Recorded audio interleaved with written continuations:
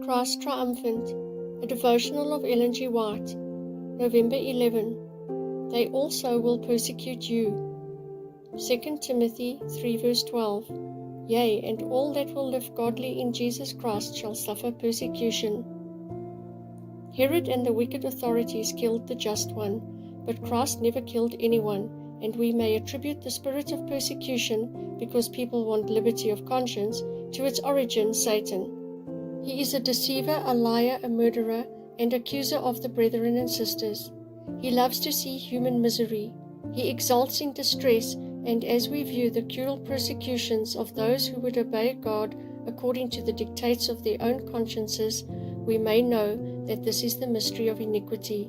The Lord said to Satan, that old serpent, It, the seed of the woman, shall bruise thy head, and thou shalt bruise his heel.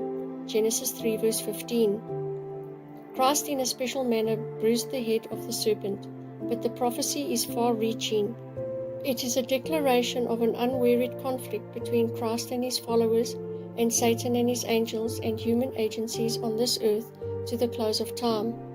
This conflict was opened upon the Son of God. He was afflicted, he was despised and rejected of men, a man of sorrows and acquainted with grief. The majesty of heaven had to leave the scene of his labor again and again because of Satan's bruising his heel. And finally, Satan's malignity reached its utmost power when Satan inspired and controlled the minds of wicked men to crucify him.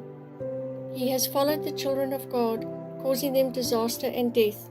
Isaiah, Daniel, and John have in prophecy announced these very struggles and conquests that God's people would pass through, and the triumph of Satan in his supposed victories.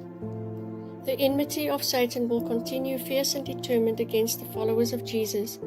Evil, wherever it exists in rejecting light and truth and departing from the living God, will always league against the righteous and obedience.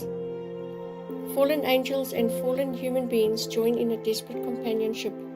This is the very union that the persecutors of the faithful entered into. Satan made his calculations that if he could induce men and women, as he deceived and induced the angels in his warfare, he should have them as his allies in every enterprise against heaven. The truth does not present ideas mingled with traditions and fables. The religion of Jesus Christ presents the truth, pure and undefiled. It will bear investigation, and honest seekers after truth will have it. True religion does not excite the mind and feelings, but appeals to the intellect and to the heart. It is constantly developing and rising higher and higher heavenward. Manuscript 62, 1886.